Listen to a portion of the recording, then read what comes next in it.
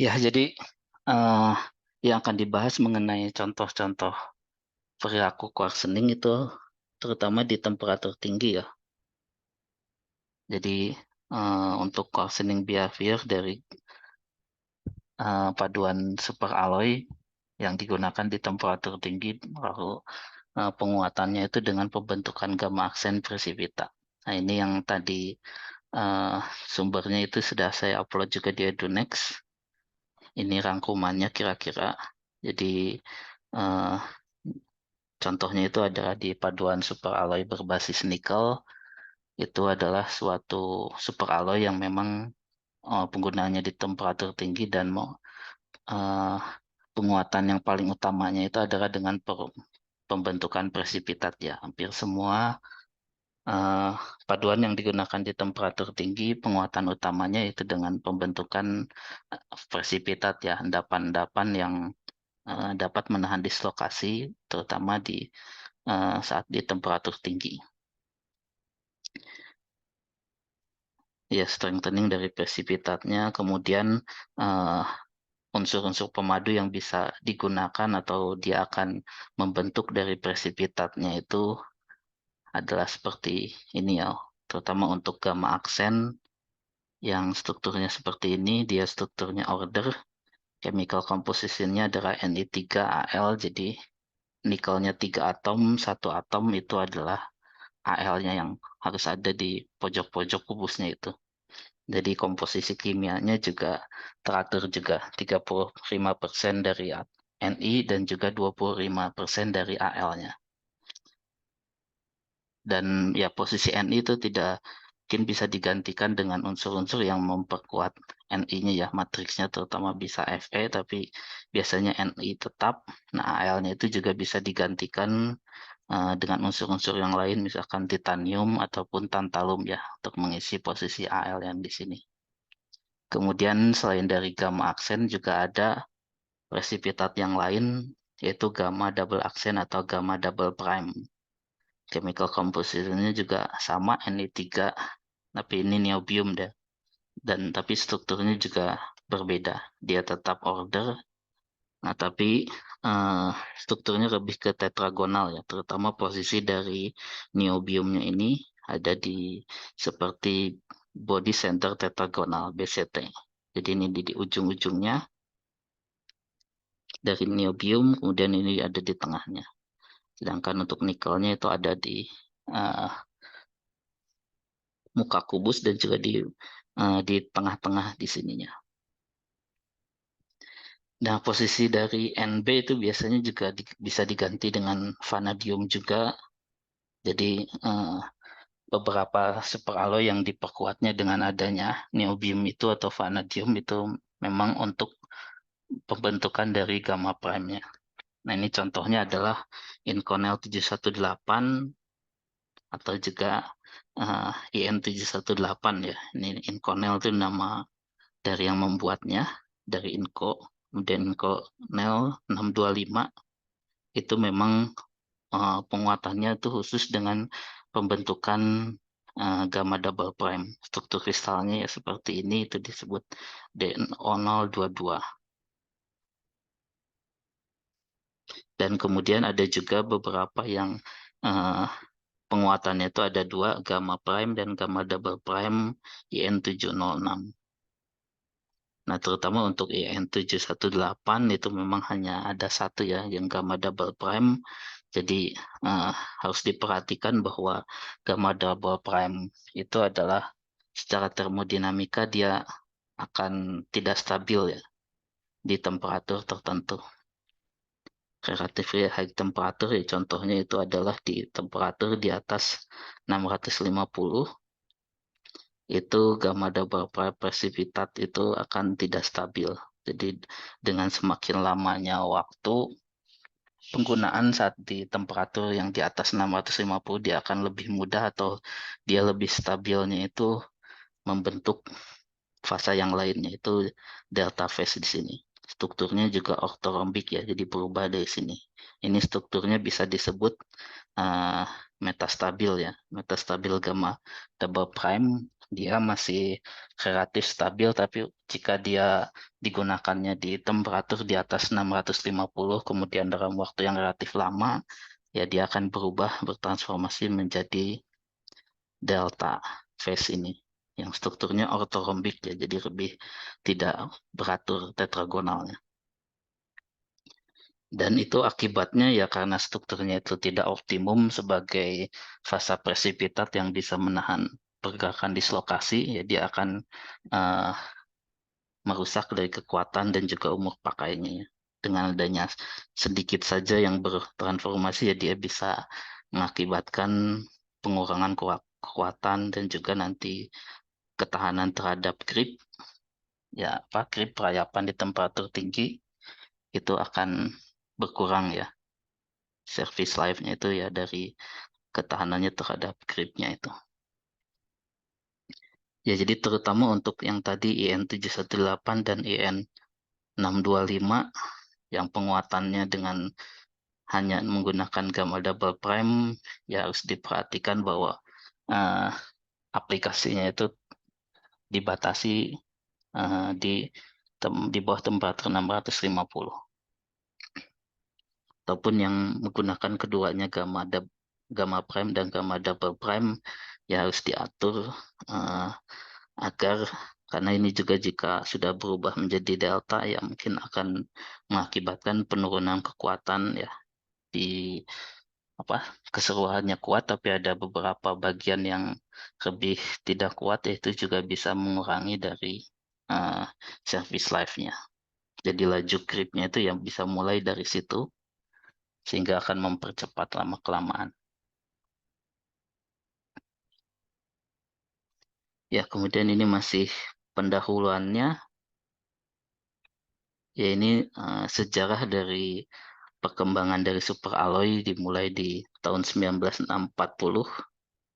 Ya, terutama disebut superalloy karena dia memang digunakannya di suhu tinggi ya. Dan juga sudah mulai untuk penguatannya itu dengan pembentukan fasa Ni3Al ini. Jadi dia yang memang berpengaruh terhadap kekuatan di temperatur tinggi. Mulai dari ini ya dikembangkan lagi untuk bagaimana cara memperoleh struktur dari gamma prime Ni3Al yang lebih optimum ya. Mulai dari mungkin first generation di sini itu strukturnya masih hanya membulat ya, bulatan, kemudian tapi dengan semakin waktu itu diketahui bahwa dengan bertambahnya fraksi volume yang lebih besar, sekitar 70 atau di atas 65, itu akan menjadi lebih kuat dan juga bentuknya atau ukuran yang optimumnya juga ada, atau bentuk yang lebih kuboid ya. Dan itu juga operating temperaturnya juga bisa mencapai 1100 ya, atau sedikit di atasnya. Nah ini contohnya seperti ini.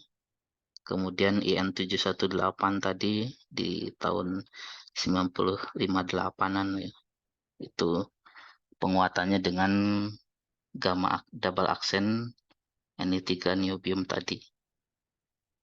Kemudian ya di sini ada juga Ni3Al base superalloy, jadi dia semakin banyak lagi fraksi volumenya ya. Jadi kadang disebut Ni3Al base superalloy karena memang fraksi volumenya lebih banyak uh, gamma prime-nya. Walaupun ya dia masih disebut dengan presipitatnya, matriksnya adalah gamanya atau intermetalik di sini. Nah, kemudian ya ini juga karena beberapa hal ya yang ataupun di paper itu juga disebutkan bahwa yang dibahasnya itu adalah yang ini. Kalau perkembangan di tahun di atas 2000 itu adalah uh, Alphag ya, ini yang membuatnya juga. Jadi pengembangan dari 718, dulu mungkin namanya Inconel ya, sekarang perusahaannya berubah, terus ada plusnya di sini. Jadi pengembangan dari 718 di sini. Nah, Perbedaannya yang mungkin nanti akan dijelaskan lebih lanjut, tapi dari segi komposisi juga ada perbedaan ya antara 718 yang dikembangkan di sini dengan yang di sini itu dengan penambahan kobal ya, salah satunya untuk meningkatkan temperatur fase dari gamma prime itu ya, sehingga temperaturnya bisa digunakan di lebih tinggi lagi. Kemudian ada tungsten juga ya, ini bisa juga membentuk presipitat ataupun juga dia rarut, memperkuat rarutan padat gamanya ya, memperkuat gamma ataupun gamma prime itu. Dia bisa membentuk intermetalik mungkin CO3, tungsten juga. Nah, Al-nya itu lebih banyak dibandingkan yang sebelumnya, sehingga ya nanti mungkin fraksi volumenya ataupun karena di sini eh, ya penguatannya awalnya mungkin gamma double prime ya.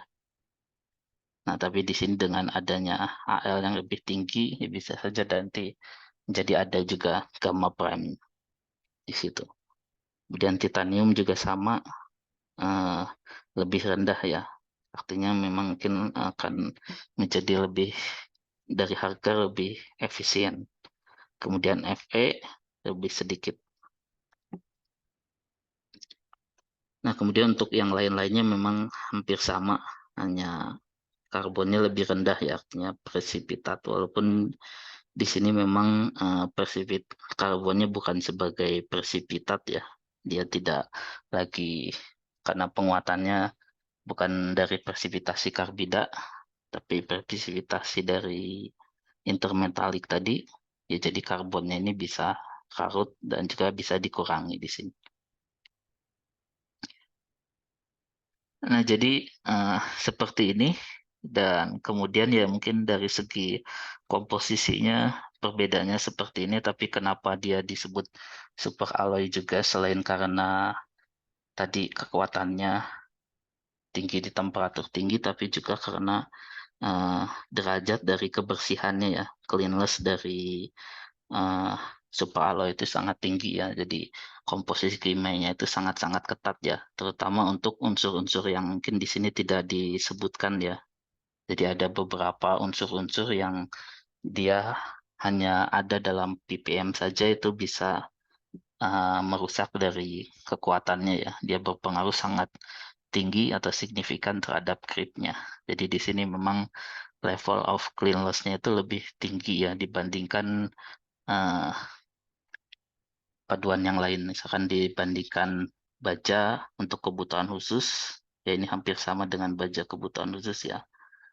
Tapi dengan stainless steel yaitu di sini lebih tinggi lagi. Atau kalau dari istilah prosesnya itu kalau ada secondary metallurgi, ya ini lebih tinggi lagi. Ada istilahnya tertiary metallurgi. Jadi kalau secondary itu juga membersihkan biasanya baja ya. Nah, ini dibersihkan lagi setelah ada proses secondary, tersier lagi untuk eh, ya terutama unsur-unsur tadi ya. Unsur-unsur yang bisa merusak dari propertiesnya itu. Nah, itu dari segi ya ciri khas dari super alloy juga ya. Jadi level of cleanness-nya itu memang sangat tinggi. Lalu juga di sini juga ada berbagai produknya ya. Produknya, jadi ini ada yang cast alloy, itu artinya setelah dia mengalami solidifikasi ya, dari setelah pereburan kemudian di casting bisa langsung membentuk suatu bentuk tertentu ya, melalui investment casting langsung membentuk turbin seperti itu. Jadi dia tidak mengalami lagi setelah itu hanya di heat treatment untuk meng- menghasilkan endapan penguat yang optimum.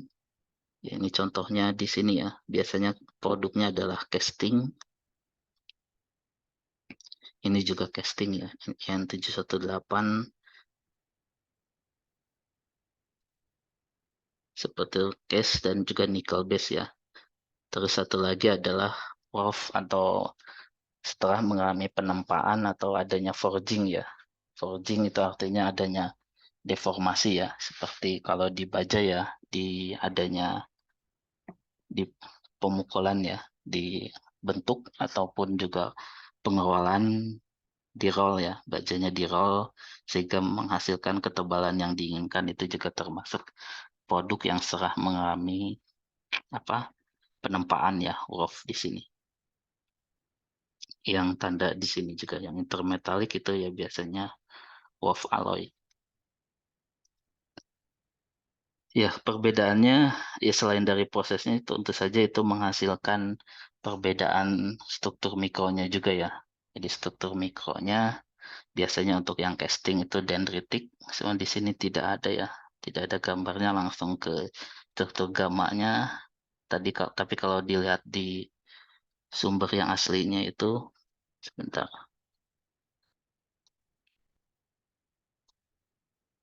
Ya, sumber yang aslinya yaitu yang di sini itu yang casting ya. S casting dari Ni3Al. Jadi eh, seperti ini. Kalau dia pembesarannya eh, hanya kecil ya, dilihat dari secara umum ya strukturnya ini juga dari optical image ya. Setelah dietsa terus terlihat bahwa strukturnya itu menyerupai struktur khas dari hasil pengecorannya atau dari casting, yaitu struktur dendritik seperti ini. Jadi dendritik ada di tengah-tengahnya, terus ada lengan dendritiknya ya, interdendritiknya. Jadi dari dia mulai pertama solidifikasi kemudian menyebar ke sana dendrit. Ya, saat di etsa juga bisa terlihat ya perbedaan komposisinya dari yang di tengah kemudian di bagian-bagian sininya. Nah, tapi kalau diperbesar juga ini eh, sudah terbentuk dari presipitatnya ya. Kalau diperbesar lagi mungkin di sekitar di sini antara ada presipitat dan juga gamanya di SEM ya contohnya, itu sudah terbentuk di sini. Yang kuboid itu adalah gamma aksennya. Ini contoh untuk yang memang fraksi volume dari gamma aksennya itu tinggi ya. Ni3Al base alloy yang intermetalik. Kemudian di sini juga ada yang ukurannya kecil-kecil ya. Jadi ada ukurannya memang ada yang lebih besar karena mungkin dia tersolidifikasi pertama, kemudian yang ini terakhir di sini. Nah, jadi eh, ya sebenarnya ukurannya untuk yang besar juga dia tidak terlalu seragam ya, karena dia memang masih hasil dari solidifikasi seperti itu. Ya, kemudian jadi itu yang ice casting ya. Yang satu lagi adakah dari hasil forging ya, yang wolf tadi itu untuk ya ini disknya ya, lempengannya ya, untuk menempatkan turbine blade-nya itu biasanya ya hasil dari forging ya. Biasanya yang casting itu dengan investment casting untuk turbine blade-nya di mesin jet pesawat terbang, sedangkan untuk yang forging itu adalah di disknya itu yang lebih besar ya, sehingga yang memang prosesnya itu harus setelah di casting dalam bentuk blok besar atau elektrod ataupun ingot yang besar itu lalu dilakukan forging, dibentuk, dipukul-pukul sehingga itu mengakibatkan terdeformasi ya, strukturnya itu jadi lebih memadat ya, jadi ukurannya butirannya juga menjadi lebih memadat ya. Jadi struktur dendritik ini relatif sudah berubah ya saat dia pengamatan SEM ataupun uh, mikrostruktur itu juga akan berubah, yang dia lebih memipih ataupun ukuran butirannya menjadi lebih kecil. Kemudian ada terbentuk banyak dislokasi ya, dislokasi atau cacat, bahkan ya twinningnya juga tinggi ya, twinning atau struktur yang seperti kembaran ya. Ini di sini itu terlihat, ataupun bagian-bagian ini itu kalau diperbesar lagi lebih itu seperti struktur kembaran. Atau di sini memang disebutnya karena sudah sudah dianalisis ya. Dia memang proses persipitanya berbeda, mungkin eta ya. Ini memang etanya itu tidak beberapa memang tidak diinginkan juga. Nah, mungkin kalau ini indikating adanya eta phase dan karbida juga ya, presipitat yang lain, karena memang walaupun di sini tidak ada ataupun mungkin karbidanya beda ya, karbida primer dan di sini bisa menjadi karbida sekunder ataupun ya dia terbentuk setelah adanya deformasi tadi. Deformasinya karena di forging ya biasanya di temperatur tinggi juga, hot deformation tadi ya. Kemudian ya ini TM image ya, jadi kalau di eh, SEM itu masih tidak terlihat mungkin presipitatnya ya. Presipitatnya kalau ini ya bisa sudah terlihat, ini pun 0,5 ya, SEM-nya tinggi. Ini juga pembesarannya ini, tapi kalau eh, karena memang tergantung dari ukurannya ya, ini sudah nano seperti ini. Ya, intinya mungkin ya seperti itu ya. Yang ini dendritik, kemudian yang ini bedanya equinox ya, biasa. Satu butiran-butiran yang lebih kecil gitu. Kemudian ya nanti kalau ada karbida atau endapan fasa penguatnya, kalau ini masih primer, ya ini bisa sudah terbentuk endapan-endapan lainnya ya saat proses hot deformation, ataupun ada terdapat cacat-cacat atau yang lainnya. Jadi ada beberapa keunggulan ataupun juga perbedaannya dari sifat mekanisnya yang menentukan ya aplikasinya tadi ya.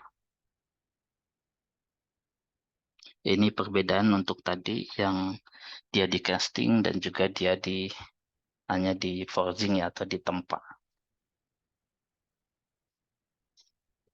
Nah, tapi untuk struktur dari gamma prime itu sama ya, relatif tidak terlalu berubah, ya paling hanya pembentukannya saja ada yang primer dan mungkin juga ada yang sekunder. Tapi di sini bisa terlihat eh, setelah heat treatment ya, setelah heat treatment ukurannya bisa relatif bisa lebih seragam ya. Seperti ini nih di ukuran 500 nanometer. Kemudian yang masih tetap ada yang kecil-kecil di sininya ya. Jadi semakin dia ada juga semakin banyak yang menahan pergerakan dislokasinya juga. Nah, jadi eh, di sini itu dibandingkan ya antara yang ini yang di 3AL B super alloy, jadi penguatannya memang melalui gamma prime dibandingkan dengan AL7 IN718 atau ya ini 718 plus. Plus di sini tadi pengembangan dari 718 di mana kalau IN718 itu gamma double prime penguatannya. Nah, ini sama dengan ini gamma prime ND3AL. Ya, jadi di sini juga dominannya itu dari gamma eh, gamma prime ya. Terutama untuk Ni3Al base alloy tadi yang intermetalik itu. Ya ini jenis-jenis Ni3Al base alloy itu yang lain-lainnya juga ya. Ada banyak juga istilah, tapi ini untuk mengelompokkannya seperti ini. Jadi yang eh, volume fraksi dari gamma prime itu sangat tinggi ya. Ya, ini lebih tinggi dari 80%. Jadi semakin besar volumenya, kemudian thermal stability, kestabilan termalnya juga eh, ya ini thermal stability dari fase gamma prime itu juga ditentukan dari ketahanannya terhadap coarsening ya dari gamma prime itu. Sehingga di sini dipelajari ya perbedaan ataupun perilaku coarseningnya dari gamma prime Ni3Al untuk dua jenis alloy ini. Nah, jadi selain dari ini juga tadi ya terjadinya pengkasaran ya terutama untuk yang kubikal seperti ini pengkasarannya itu dengan penggabungan dari kubik yang satu dengan yang lain, endapan yang satu dengan endapan yang lain ya seperti ini. Bisa saja ini sudah terjadi koalesen atau penggabungan ya. Jika dia semakin banyak yang bergabung ya nanti strukturnya akan berubah sehingga dia sudah tidak optimum lagi untuk menahan pergerakan dislokasi. Nah ini morfologinya tadi ya. Morfologinya dia akan berubah juga, tidak kubikal tapi menjadi memanjang dan distribusi dari gamma prime-nya itu juga akan berubah karena dia sudah bergabung ya. Jadi tidak terdistribusi merata lagi tapi sudah uh, hanya di beberapa bagian ya yang sudah bergabung itu. Ada beberapa yang relatif kosong. Ya, jadi dengan semakin lamanya ya dengan semakin lama semakin membesar morfologinya berubah, itu akan mengakibatkan degradasi lebih lanjut ya, penurunan dari sifat mekaniknya. Ya ini sehingga nanti umur pakainya ya jadi uh, tidak bisa digunakan lagi ya karena kekuatannya sudah turun, tidak ya turun lebih rendah dari yang diinginkannya ya atau dari spesifikasi awalnya. Ya, ini sudah dibahas di penjelasan mengenai coarsening bahwa perubahan morfologi dari endapannya itu karena sistemnya itu ingin menjadi yang lebih minimum ya, untuk menjadi uh, energi bebas yang lebih rendah lagi. Jadi minimization of the system total energi, ya itu total energinya tergantung dari interfacial energi dan juga ada elastik ya. Energi saat pembentukan endapannya yaitu akan ingin menjadi lebih rendah lagi sehingga biasanya untuk endapan jika untuk mendapatkan energi yang lebih rendah atau lebih minimum itu adalah dengan memperbesar ukuran fasanya ya. Jadi semakin besar dia semakin stabil. Jadi lama kelamaan ya memang dia akan menghasilkan fase yang lebih stabilnya yaitu yang ukurannya lebih besar. Sehingga interfacial energinya lebih kecil ya di situ. Ya ini contohnya uh,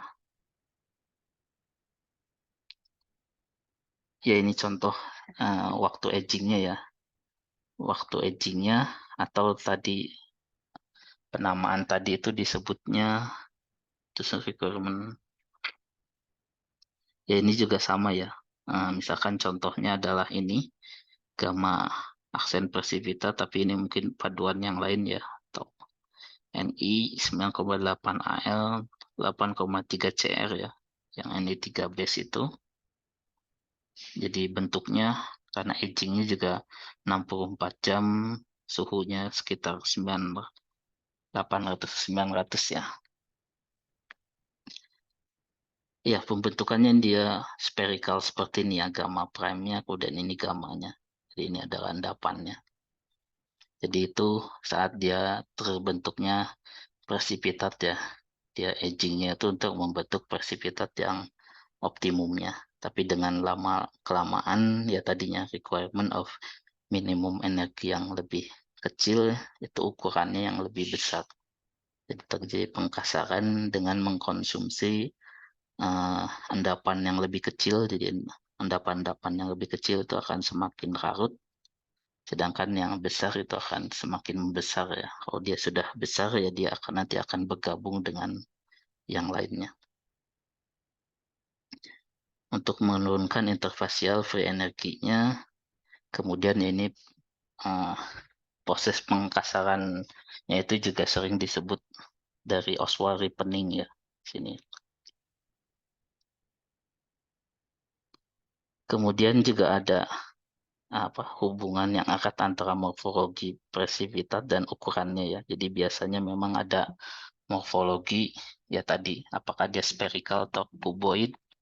Kemudian ukurannya juga yang untuk spherical yang optimumnya ukuran berapa, dan juga yang cuboid itu berapa ya, yang lebih besar. Tapi kalau untuk yang gamma small yang ukurannya kecil itu biasanya dalam morfologi yang spherical.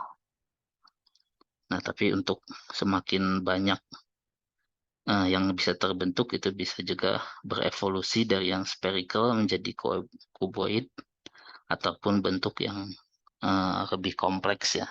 Ini ya terutama yang lebih kompleks itu saat terjadi peningkatan ukuran partikel karena quarkson ini. Ya, jadi contohnya ini yang spherical, di sini agingnya masih 64 jam ya. Jadi maksud aging di sini sebenarnya ya karena saat percobaan ya.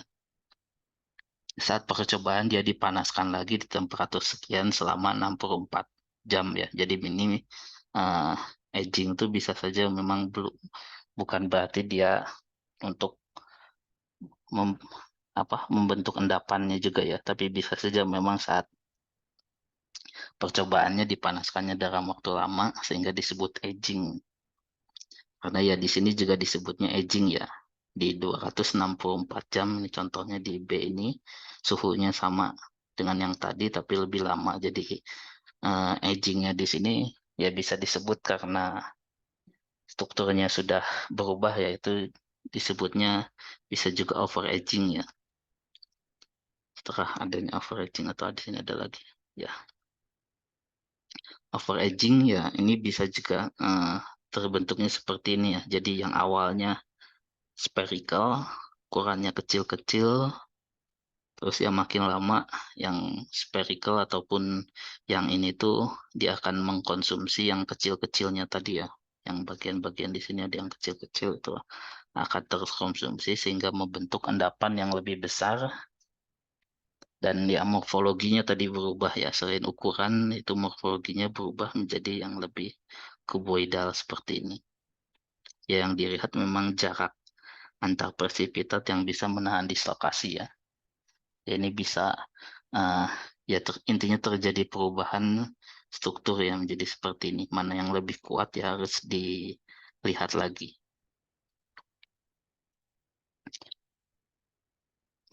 Ya, kemudian ya tadi ya selain dari uh, dia lebih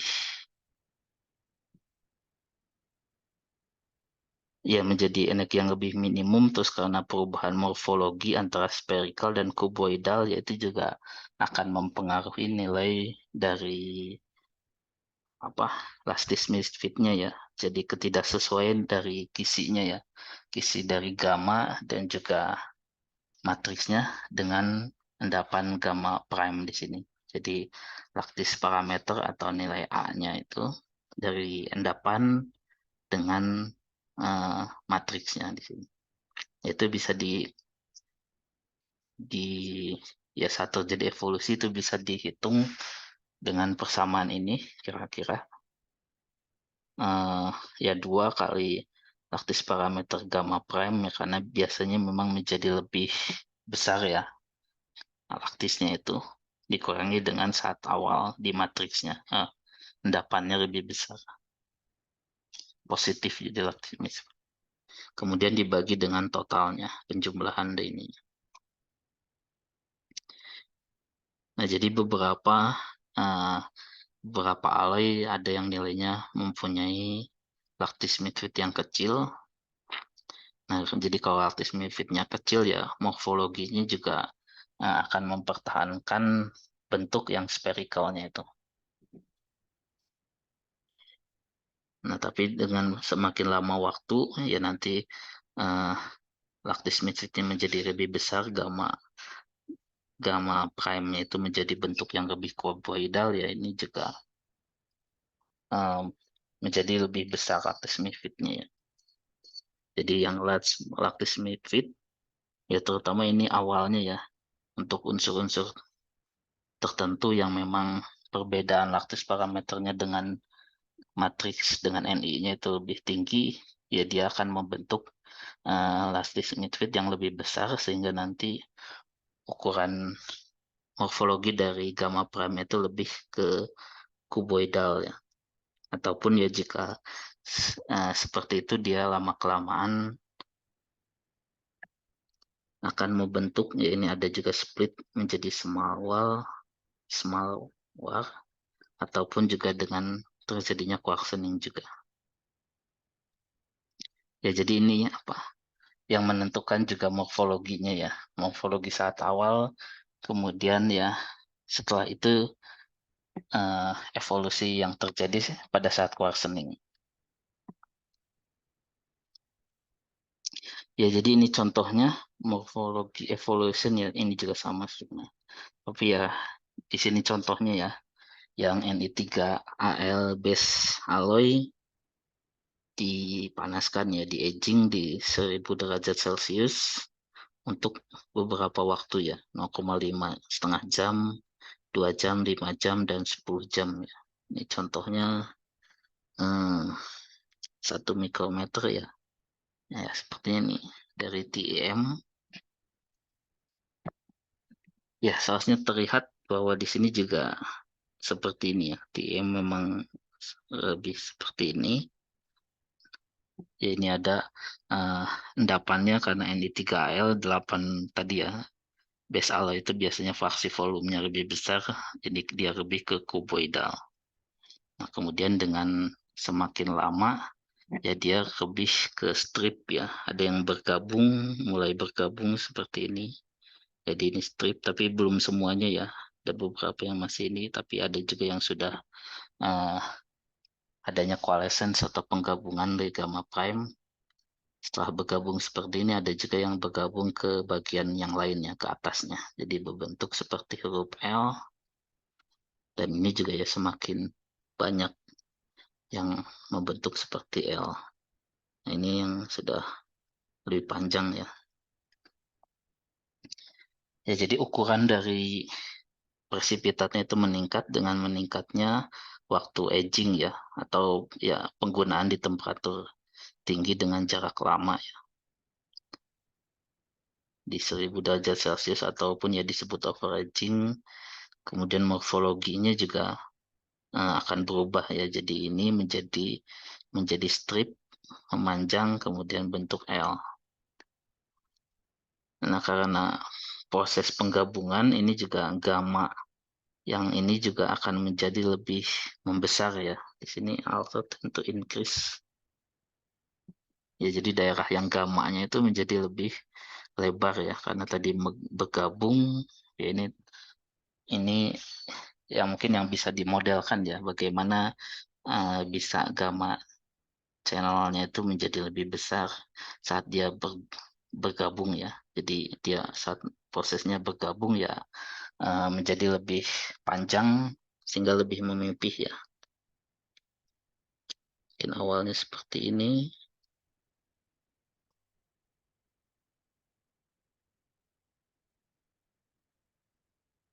Ya di sininya ya, jarak di sininya channelnya, tapi saat sudah bergabung menjadi strip ya, yang bagian sininya menjadi menipis juga ya, jadi channelnya itu menjadi lebih panjang di sininya.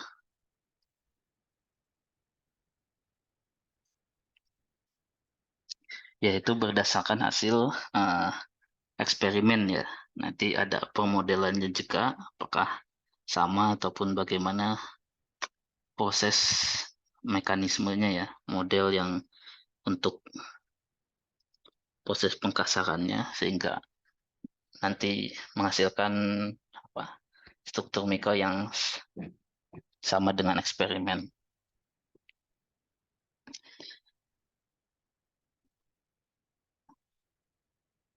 Nah, kemudian ini mungkin apa ya, perbedaannya kalau ini temperaturnya ya, temperaturnya lebih rendah. Jadi kalau di sini adalah temperaturnya di 1000 derajat Celcius, yang bawah ini temperaturnya di 900 derajat Celcius. Jadi uh, berbeda ya. Jadi karena memang proses quartzeningnya itu juga sangat dipengaruhi oleh temperatur ya. Bisa di temperatur tertentu tidak terlalu akan sama, tapi bisa juga jauh relatif berbeda ya. Contohnya ini di 20 jam Ini dibandingkan dengan ini ya, 1000 di 20 jam ini sudah ada yang berbentuk L, ya penggabungannya lebih besar, tapi di sini temperaturnya lebih rendah, waktu yang sama, uh, coarseningnya tidak terlalu besar seperti tadi ya, hanya membentuk slip apa strip. Jadi disebut di sini karena dia terpengaruh oleh temperatur. Jadi untuk yang temperaturnya lebih rendah itu bisa hanya beberapa gamma aksen presipitat yang bergabung ya, bentuk strip ataupun L. Jadi tidak terlalu banyak seperti tadi. Jadi ya dari hasil eksperimen juga ya ini disimpulkan bahwa peristiwa quarceningnya itu ya akan bisa diakselerasi oleh peningkatan temperatur penggunaannya ya, atau penahanan di temperatur itu. Ya kemudian itu yang tadi apa eh, Ni3Al base alloy ya. Jadi kebanyakan super alloy yang ada seperti itu. Nah ini untuk yang pengembangannya yang tadi 718 plus. Ya morfologi dari awalnya ini ya solution anil untuk 30 menit dengan TM juga ya. Dia adalah gamma prime Ni3Al. Kemudian ya eh, jadi tidak ada transisi ya. Jadi di sini terlihat morfologinya dia spherical saja dan ukurannya memang kecil-kecil ya, nanopartikel. Nah, tapi setelah dia di aging, ini contohnya ya agingnya ya mungkin beda temperatur atau itunya, tapi di 788 derajat Celcius untuk selama 4 jam juga. Jadi di sini tidak ada perubahan eh, seperti tadi ya, dia membentuk cuboid, kemudian membentuk yang plate, jadi apa lebih besar dan jadi L atau yang lainnya. Jadi had not been observed in 718 alloy seperti ini. Jadi dia hanya ukurannya menjadi lebih membesar. Terus kemudian ini alasannya karena memang ukurannya itu ukuran dari awal, ukuran awal dari gamma prime precipitatnya itu dia jauh-jauh lebih kecil dibandingkan Ni base alloy ya. Dia lebih kecil dan juga ya kalau dia lebih kecil morfologinya, volume vaksinnya tidak terlalu besar saja, dia uh, spherical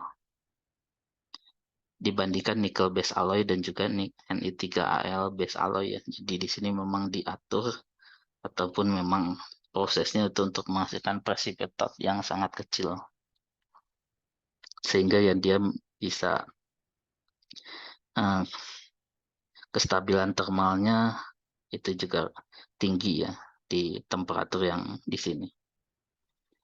Ya ini hampir sama ya ini karena ukurannya pembesarannya juga lebih besar ya di sini. Nah, ini juga ada pembentukan ataupun pertumbuhannya ya, disebutnya pertumbuhan setelah aging selama 4 jam, kemudian meningkat menjadi 12,5 nanometer ya. Di sini juga ya eh, lebih kecil dari 5 mungkin ya. Tapi di sini sudah di atas 10. Nah, tapi ya strukturnya morfologinya itu relatif lebih spherical. Ya, jadi ya bisa terlihat perbedaannya ya. Ini yang dikembangkan eh, yang baru dikembangkan ya. Nah, mungkin itu sudah untuk morfologinya. Kemudian di sini ya dibahas mengenai coarsening kinetik ya. Ini mungkin sudah minggu kemarin sudah pernah dibahas. Dan ini ya sedikit penjelasannya lagi ya berdasarkan papernya itu. Jadi proses pengkasarannya eh, ataupun ya mekanismenya. itu berdasarkan proses Ashwell Ravening ya, di mana ukuran yang lebih besar itu akan menjadi semakin besar dan ukuran yang lebih kecil akan menjadi lebih kecil. Jadi yang classical teori dari proses pengkasaran itu biasanya disebut dengan LSW teori ya, dari nama-nama yang eh, mengemukakannya ya, digabungkan sehingga nanti ini disebutnya gabungannya juga orang-orangnya. Kemudian ini asumsi-asumsinya. Ya, jadi untuk biasanya untuk menyederhanakan ya prosesnya, eh, partikelnya itu dalam ukuran spherical, sehingga ya rumusnya dari bola ya, radius with radius of air, jari-jarinya ya dalam liquid. Kemudian jarak antar partikelnya itu dianggap lebih besar ya dibandingkan jarak ukuran dari eh, jari-jari endapannya dari pusatnya itu. Sehingga ya ini apa, eh, asumsi saat perhitungan atau pembuatan modelnya ya. Sehingga tidak ada interaksi antara satu presipitat dengan presipitat yang lainnya ya. Jadi hanya kita lihat tuh hanya di presipitat yang satu dengan lingkungannya ya. Di sini sangat jauh dengan presipitat yang lainnya, jadi kita hanya melihatnya hanya di bagian sini. Jadi di sini itu tidak akan dipengaruhi oleh presipitat yang lainnya di sini. Jadi kita hanya melihatnya di sini gitu. Di mana nanti ada difusi dari ini jadi lebih besar.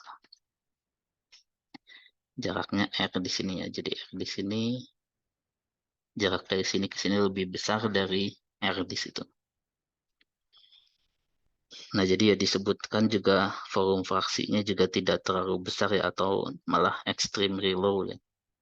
Atau juga even if opposed to zero, karena apa? Untuk menyederhanakan perhitungan atau permodelannya ya. Jadi hanya kira-kira satu di sini saja yang tumbuh ya. Hanya kita lihat satu buah partikel yang dia nanti akan mengalami pengkasaran, atau ya hanya beberapa.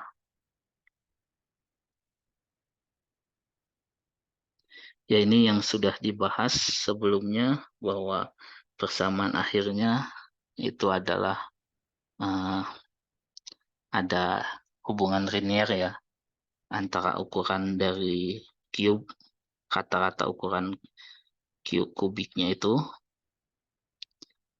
cube, atau di sini radius sebenarnya tapi disebut cube lagi ya, radius ya apa, sphericalnya dengan aging time waktunya ini, dan hubungannya ya dia dari pangkat 3 ya. Ini saat terakhir, kemudian ini saat awal, rata-rata awal. Ya, ini dalam real alloy ya, tidak mungkin adanya partikel, hanya sudah terbentuk partikel tapi volume fraksinya masih zero ya. Karena memang di persamaan ini tidak melihat ataupun hanya uh, ya tidak melihat persen volumenya itu ada berapa ya. Kemudian diffusion, interaksi antara partikel satu dengan partikel lain tidak mungkin. Jadi ya ini kenapa disebut klasik ya, dia apa, asumsi-asumsinya masih sederhana gitu. Tapi ini banyak juga ya masih digunakan karena mungkin beberapa percobaan ya sudah memenuhi persamaan ini.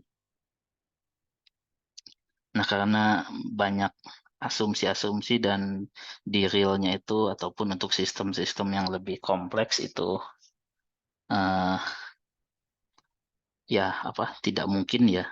Jadi ada modifikasi-modifikasi dari uh, modelnya tadi ya. Jadi yang pertama itu misalkan ada yang apa, melihat pengaruh dari volume fraksinya itu ya. Jadi volume fraksinya ada berapa itu juga dimasukkan dalam persamaan sehingga disebutnya modified LSW. Di sini MLSW yang mengembangkannya.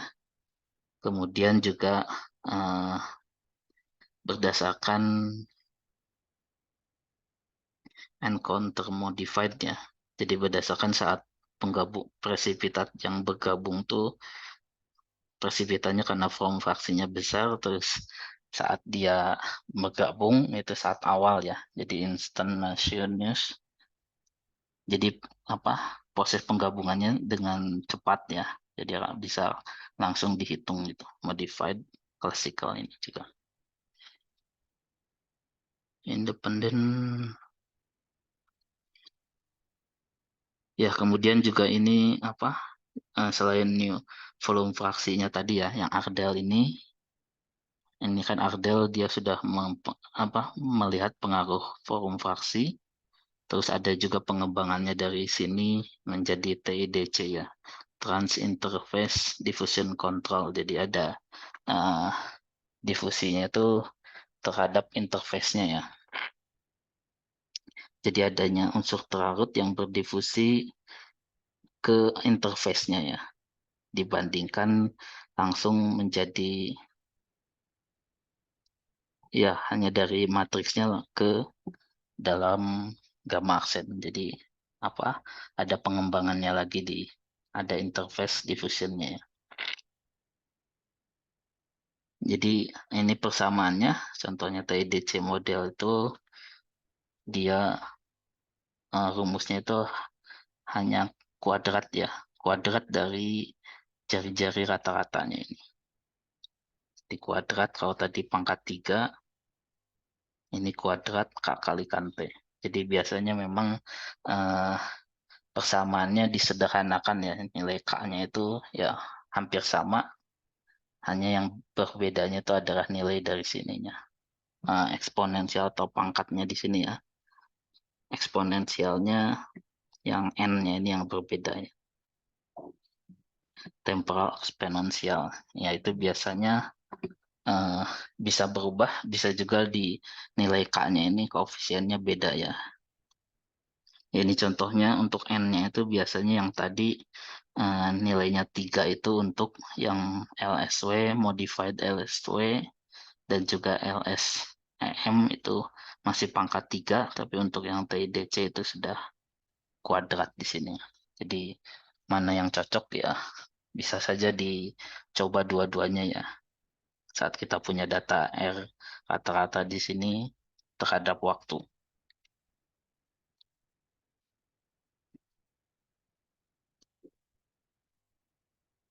Hmm,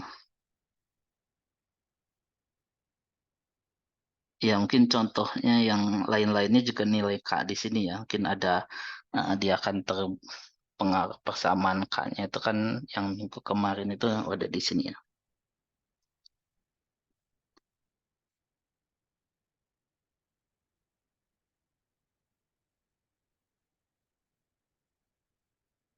Ya, jadi nilai ini ya, K di sini itu adalah 3, ininya sama biasanya, tapi dibagi RT juga, tapi nilai 3/2-nya itu yang eh, beberapa model atau saat penurunan itu juga yang membedakan ya. Jadi selain dari nilai N di sini pangkatnya berapa, ini dan ininya berbeda itu. Tapi nilai yang lain-lainnya itu sama. Sehingga ya metode untuk mengurangi laju pengkasaran ya yang ini yang bisa menurunkan nilai K di sini. Kalau yang lainnya itu hanya eh, mana model yang lebih fit ya, yang lebih cocok. Nah, kemudian ini juga bisa saja eh, saat waktu ya, ada variasi waktu, kemudian ada variasi temperatur aging, ya bisa modelnya tuh berubah, ya persamaan fittingnya ya berbeda. Jadi eh, untuk temperatur 800 tidak terlalu sedikit tidak terlalu besar ya. Rate-nya itu dilihat dari slope ini ya, kelandaian dari fittingnya ini.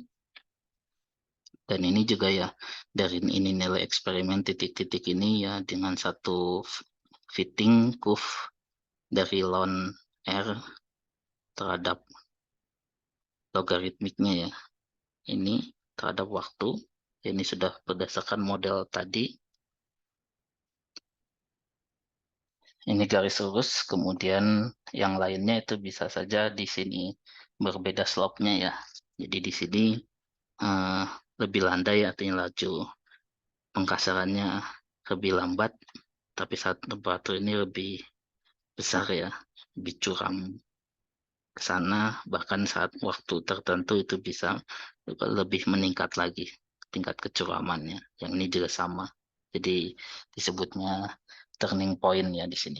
Ada turning point-nya, jadi eh, tahapnya juga bisa disebut tahap permulaan, kemudian ini tahap lanjutannya, early dan later stage. Ya, kemudian di sini juga bisa terlihat ya turning point-nya juga semakin berubah ya. Ini 950 tidak terlalu banyak perubahan, tapi di 1000 ya turning point-nya menjadi lebih singkat ya, lebih awal di sini. Jadi ada turning point dari early stage dengan later stage, contohnya di gambar ini. Kemudian turning point-nya juga menjadi lebih awal dengan meningkatnya temperatur ya, terutama di sini. Yang ini hampir sama, tapi yang dari 900 ataupun 950 ke 1000, turning point-nya lebih awal. Ya ini eh, yang digunakan ini ada dua ya. Jadi yang apa early stage itu dengan menggunakan LSEM. LSEM itu yang pangkat 3 tadi. Cube red law ya yang pangkat 3, kemudian yang letter stage itu yang square red law ya, TIDC tadi pangkat 2. Ya, kemudian selain dari kalau kita punya, kalau secara kinetika ya, kalau kita punya terhadap waktu, kemudian ada variasi temperatur ya. Nih, variasi temperatur ya, kita juga bisa menghitung activation energinya ya. Ya, ini juga sebenarnya dari law-nya ini ya, law terhadap waktu, ya, terhadap temperatur juga 1/T-nya ya. Itu bisa dari fittingnya juga itu bisa mendapatkan energi aktivasi ya. Ya, energi aktivasinya tapi ya modelnya berbeda ya, berarti harus dipisahkan juga. Jadi diambil yang tahap awal di sini satu, kemudian yang ini dengan untuk yang tahap lanjutannya. Sehingga diperoleh energi aktivasi, ya energi yang dibutuhkan agar dia mulai menjadi coarsening ini ya. Ini lebih besar di sini. Ini ya bisa dilihat ataupun diketahui nanti uh, yang mengontrol laju pengkasarannya itu ya, uh, yang mana ya, apakah interfacial apa difusi terhadap interface-nya ataupun reaksi di antar muka ataupun yang mana, diffusion control atau apa reaction control ya. Ya mungkin itu kinetikanya ya, tadi coarsening kinetik dari gamma prime. Kemudian ini contoh evaluasi dari morfologi dari gamma prime ya. Ini contohnya adalah nickel base single crystal ya. Ini tuh bentar ya. Mungkin ini beda lagi ya. Mungkin yang tadi itu apa? Tadi sudah mungkin untuk yang membandingkan antara Ni3Al kemudian dengan eh, 718 plus ya. Ini sepertinya contoh yang berbeda lagi ya, dengan sumber yang berbeda. Jadi ini untuk di gamma prime ya, untuk nickel base super alloy tapi single crystal. Ya, single crystal itu artinya dia tanpa ada batas butiran ya. Jadi ya biasanya karena creepnya itu dia akan dipengaruhi oleh batas butiran. Di sini mana ya batas butirannya ya? Ya seperti yang di paper tadi ya. Tadi gambar untuk yang apa? Yang dia casting atau WOF itu memang masih ada batas butirannya ya. Nah, ini contohnya untuk yang single kristal, artinya memang tidak ada batas butiran. Kemudian di temperatur tinggi, ini nanti uh, gamma prime nanti dia akan membentuk ya sama seperti tadi ya, penggabungan antara gamma prime dengan gamma yang lain, kemudian makin lama ataupun ya dia semakin bertambah cepat membentuk plat seperti ini ya, atau disebut rough structure ya, seperti ini, rough memanjang seperti ini ya. Jadi morfologinya bukan kubikal tapi menjadi memanjang. Jadi ini tipikal dari uh, nickel base single crystal saat creep testing ya. Jadi memang uh, bukan hanya dipanaskan tapi ada juga uh, beban yang dilakukan terhadap sampelnya ini ya. Jadi yaitu apa, pengujian creep ya. Uh, Sebenarnya hampir mirip tapi dia dengan beban konstan tertentu ya, selama waktu tertentu dan temperatur tertentu. Jadi seperti ditarik ya, uji tarik, tapi dia di sampelnya itu juga dipanaskan seperti itu. Dan bebannya biasanya memang di bawah beban, dia masih dalam batas elastisitasnya ya. Jadi tidak mengalami deformasi plastis. Makanya memang waktu pengujiannya bisa lama ya untuk menghasilkan terjadinya perubahan itu ya 100 jam ataupun berapa jam ya, bisa ditingkatkan ya mungkin dengan temperatur yang lebih tinggi seperti ini ya. Jadi ini pengujian tadi ya, pengujian creep mungkin seharusnya sudah dipelajari juga di kuliah yang lain ya, atau eh, ada kuliah lain juga yang membahas mengenai itu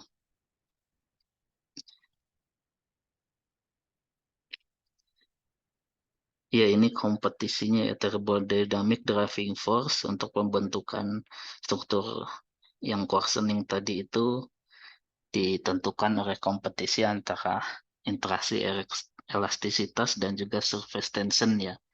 Eh, Ya ini karena yang kita lihat apa, tidak ada single kristal, jadi kita hanya melihatnya di muka antara gamma dengan gamma prime-nya ya. Jadi elastik, ada elastiknya juga yang mengalami tension ya di sini. Jadi permukaan yang tension sehingga nanti dia akan berubah bentuk. Nah, ini tuh secara termodinamika ya itu. Ya, jadi elastic interaction itu terutama karena perbedaan laktisnya ya, misfitnya tadi dari gamma dan gamma prime. Jadi semakin dia eh, besar ya, interaksinya semakin besar, elastic interactionnya. Yaitu nanti akan mempengaruhi dari eh, regangannya ya, regangan di antar mukanya itu seperti apa. Nah, ini rumusnya ya, berarti eh, melihatnya juga beda ya. Mungkin kalau tadi secara difusi ya, apa, kinetika tadi dari difusi dari unsur-unsur yang dia berdifusi terus kemudian membentuk endapan yang lebih besar. Tapi di sini ya dilihat dari nilai ini, elastic interaction dan juga surface tensionnya ya. Ya, jadi contohnya dari gambarnya dulu, kita misalkan A. Jadi ada defectnya juga ya. Jadi ini struktur, ini gamma, kemudian ini gamma prime-nya, kemudian ada jarak antar ininya seperti ini. Ataupun saat kita potong ya, di penampang A dengan A-nya itu ya seperti ada apa ya?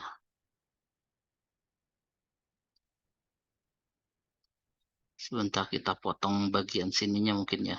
Jadi jarak antar di sininya itu adalah 2R-nya di sini seperti uh, ada lubang ya. Jadi ini gambarnya seperti ini, apa, seperti yang rafting ini ya, saat sudah menjadi rafting ada di sini terus ada satu lagi di sini. Jadi ini matriksnya Kemudian ini adalah endapannya ya. Kemudian ini ada nilai-nilainya ya. Ada mu itu adalah, bentar, ya tidak terlalu banyak dijelaskan, tapi ini ya, ini jarak dari sini ke sini, terus ini adalah L-nya, kemudian kalau kita potong, kita lihat di bagian atasnya ya, ke bagian ininya ya kira-kira seperti ini gamma prime perpendicular into the layer-nya. Kemudian ya disebutkan bahwa waktu pembentukan struktur RAF-nya itu eh, lebih kecil ya dibandingkan dengan time to capture ya, karena memang itu dari eh, pengujian dari gripnya ya.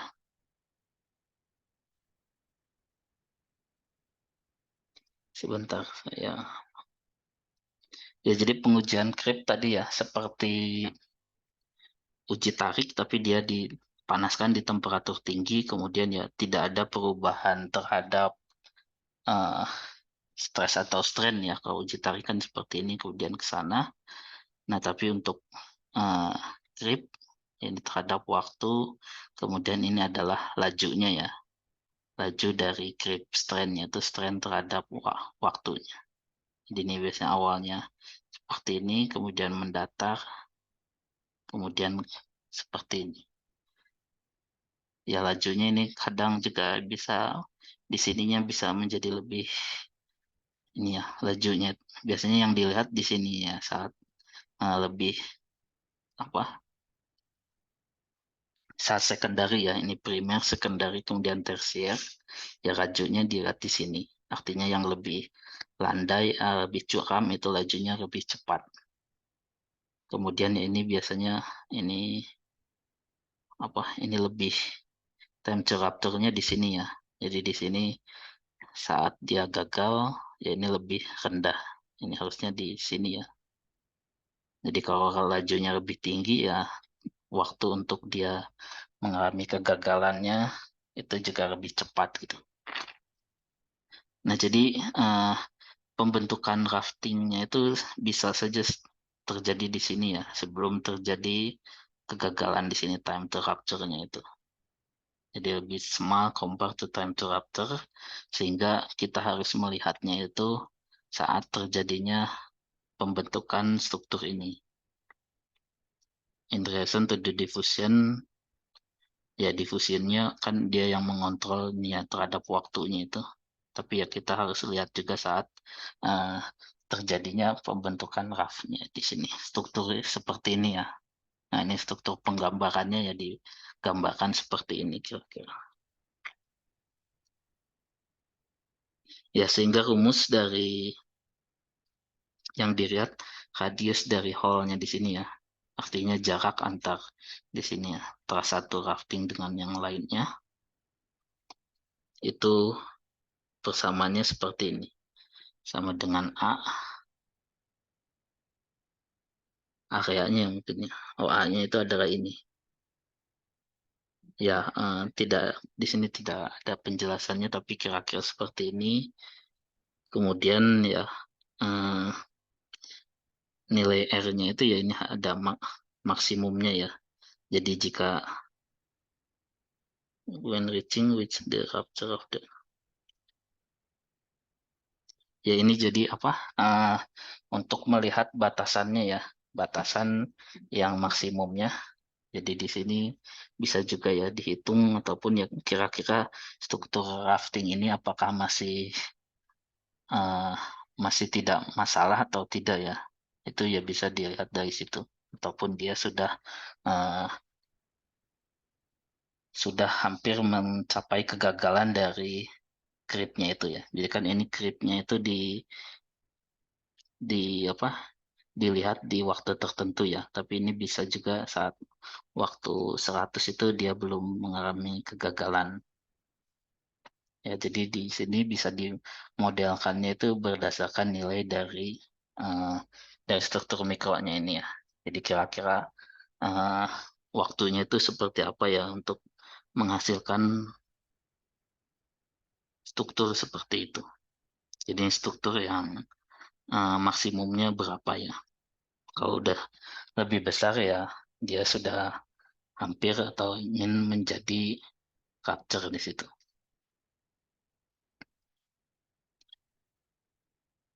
Kemudian ya ini ada juga ini peran dari koherensi, penurunan koherensi ya dalam proses pengkasaran atau hafting behavior. Jadi koherensi itu biasanya karena kan endapan gamma dengan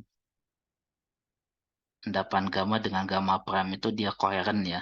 Ini gamma prime, kemudian ini gamma, dia sama-sama struktur FCC, ini juga sama FCC ya. Jadi struktur kristalnya sama, sehingga ya antara endapan dengan ini ya dia membentuk endapan yang koheren ya. Dengan semakin lamanya tadi ya, dengan penggabungan terus strukturnya juga lebih memanjang ya, lebih tidak beraturan ya. Ini koherensi antara endapan ini dengan ini gamma ya, ini gamma, endapan dengan matriksnya itu dia akan berkurang ya atau meningkat ya. Jadi semakin meningkatnya waktu dan temperatur ya, semakin lama ya semakin dia terjadi kehilangan koherensi dari endapannya ya.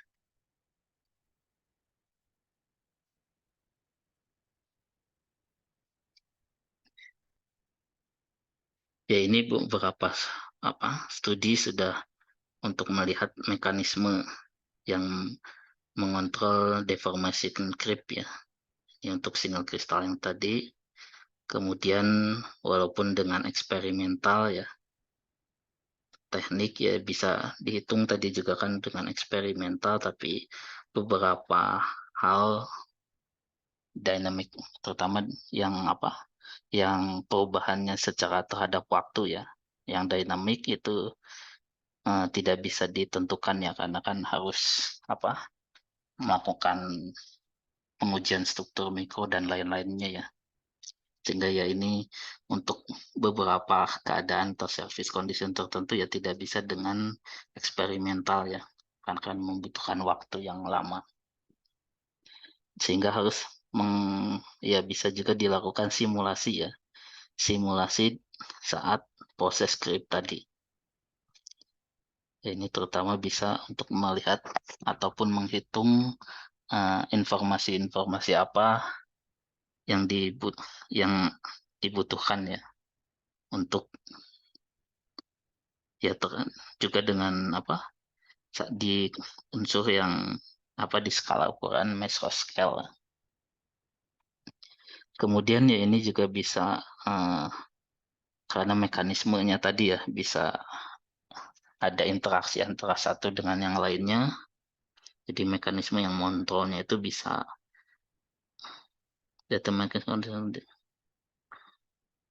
ya antara dislokasi, kemudian aktivitas dislokasi, ya ini juga kan di struktur kalau di keadaannya kan pasti ada cacat-cacatnya juga ya. Jadi sistemnya itu ya memang sangat kompleks ya. Tapi kita kan tidak ingin melihat beberapa akibat dari dislokasinya ya.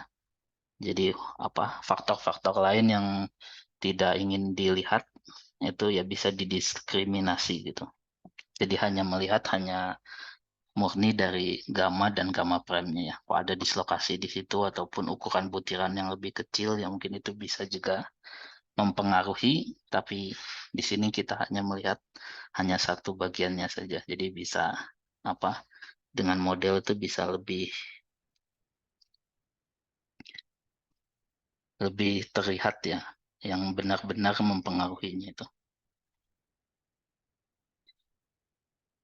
Ya, jadi contohnya adalah ini ya, ini sepertinya di paper yang lain nanti di-upload juga di Edunex ya, contohnya atau yang lengkapnya. Ya ini secara sederhana kita membahasnya ataupun tadi ya, phase field framework artinya bisa di perubahan strukturnya ya, fasanya, bisa juga di dalam 3 dimensi ya, dimensi X, Y, dan Z seperti ini. Ini contohnya gamma prime. single ya, singlenya, kemudian inisial morfologi, kemudian karena yang dimodelkan adalah saat dia terjadi creep ya. Tadi kan creep itu adalah dilakukan bebanan atau tak gaya ya sebesar sekian, stres 350, temperaturnya juga tertentu. Ini masih di bawah uh, UTS-nya ya atau yield strength-nya.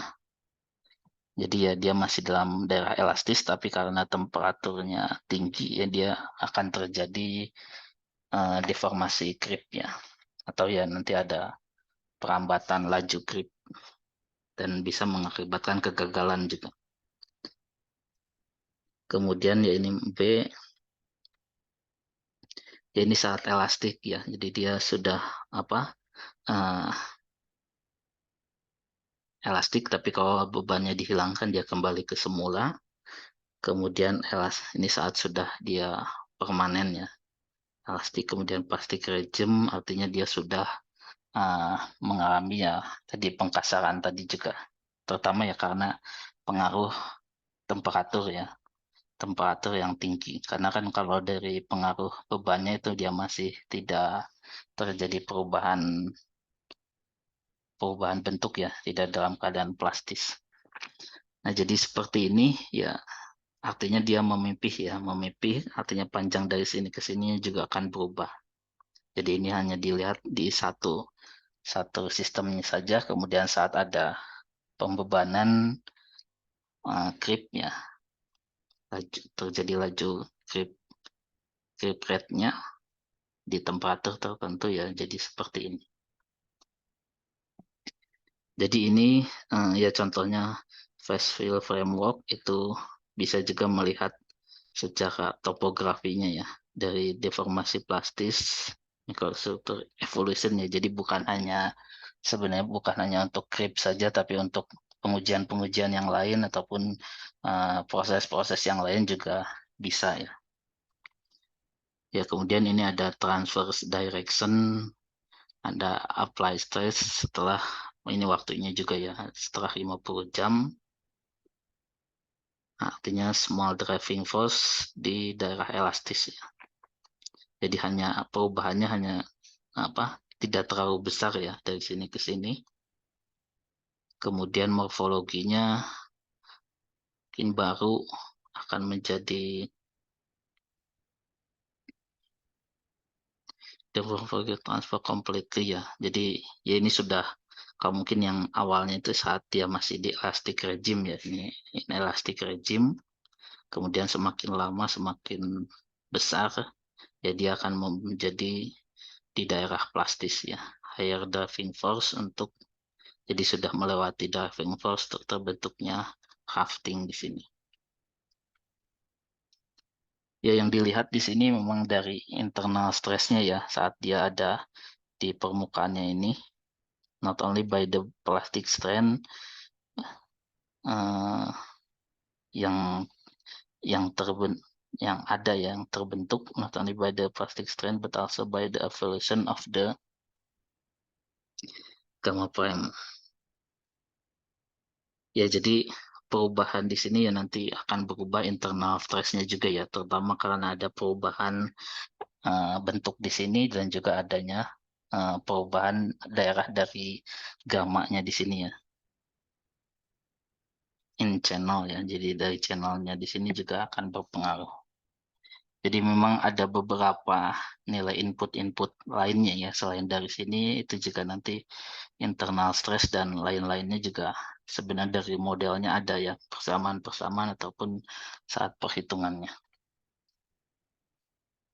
Ya kemudian kalau ini hanya satu single phase ya, single dari gamma prime satu partikel saja, tapi kalau ini interaksinya dengan yang lain-lainnya, jadi ada dipisahkan mungkin ya. Di sini adalah gamanya, endapannya ya, yang kubikel seperti ini, dan ini gamma aksennya, ini adalah gamanya, matriksnya ya, jadi sisanya ya, yang mengisi rongga-rongga di sini ya. Jadi ini yang bolong-bolongnya itu adalah gamanya. Jadi yang menjadi atau yang berubah ya morfologinya kan bukan hanya dari gamma prime-nya saja, tapi yang bagian sininya juga akan berubah ya. Jadi ini contohnya adalah di temperatur 950, 350 ya. Kemudian inisial mikrostruktur di A. Kemudian B sampai D-nya itu adalah perubahan struktur mikronya saat terhadap waktu ya.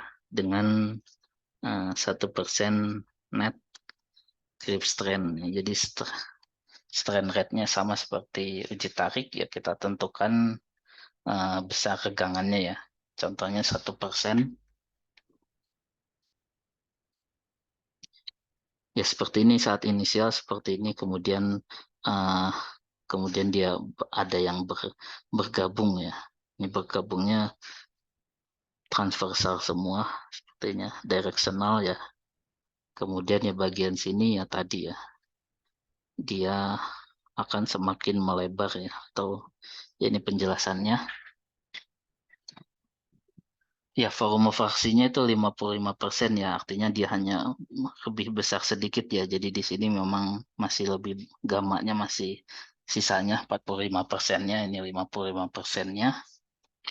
Artinya dia lebih kecil dibandingkan CMSX itu adalah single kristal ya. Ini contoh yang sudah komersil paduan super alloy generasi berapa ya? Yang terbaru juga biasanya memang di atas 60 ya. Tapi ya ini disebut seperti itu. Kemudian ya jika volume fraksinya lebih besar, signifikan ya jadi ini hanya karena apa? eh, Alasan permodelannya ya akan menjadi unstable, jadi hanya bisa sampai 55%.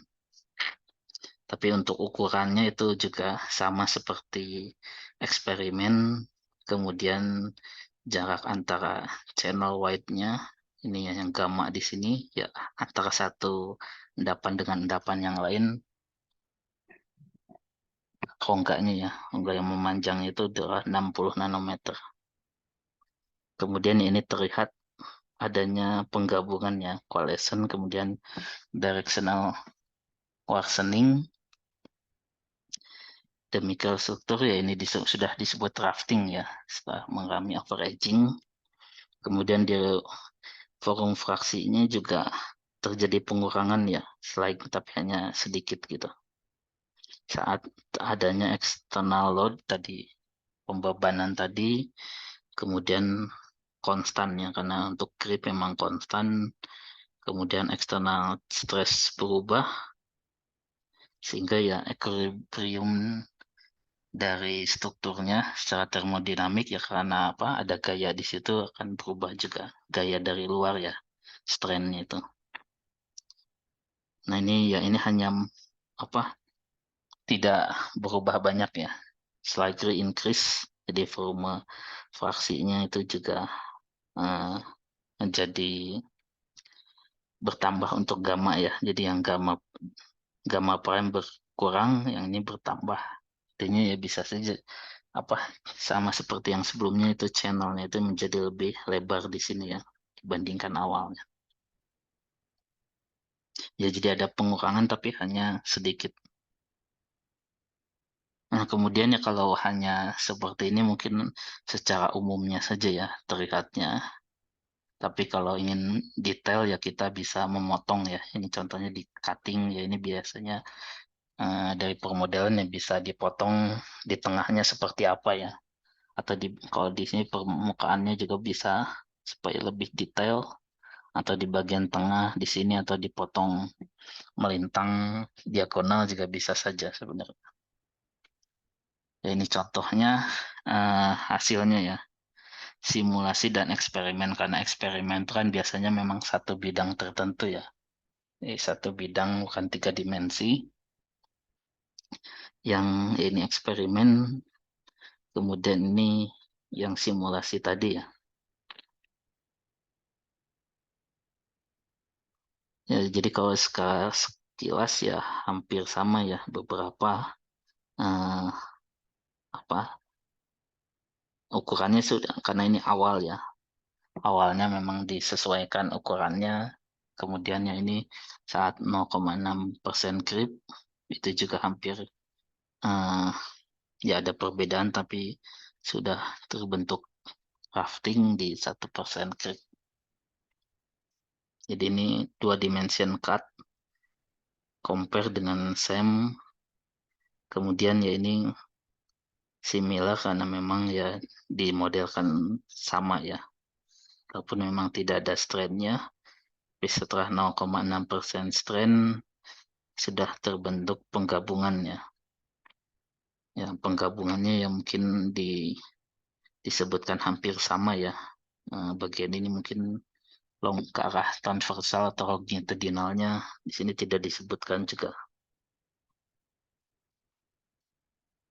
Ya, konsisten saja disebutkannya, kemudian dah thickness dari gamma matriksnya itu menurun ya.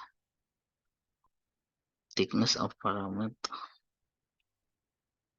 horizontal or paralelnya, tapi horizontalnya membesar ya. Jadi yang bagian sininya ya lebih kecil ya, tapi yang horizontalnya itu membesar. Mungkin sama dengan yang ini ya. Yang konsistennya itu adalah uh, dari ininya ya, horizontal channel dan juga thickness-nya. Kemudian di 0,6, oh di sini ya, masih di situ 0,6 ada beberapa yang masih original ya. Jadi masih kubikal, itu juga sama dengan yang eksperimental, tapi saat di 1% itu hampir semuanya sudah ya, atau pengurangannya juga sudah semakin besar ya di sini, channel di sini, karena sudah bergabung ya, sehingga di sini semakin menyempit, tapi ketebalan dari yang horizontal gamma di sini jadi besar juga, sama juga dengan di sini.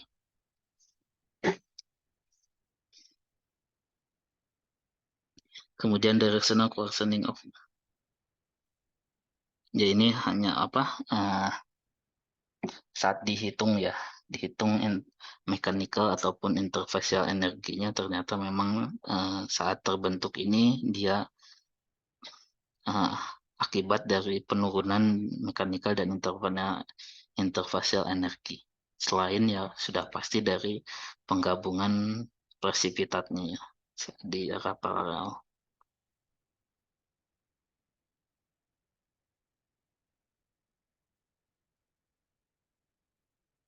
Despite using binary NaL, ini apa ya? There is a good agreement.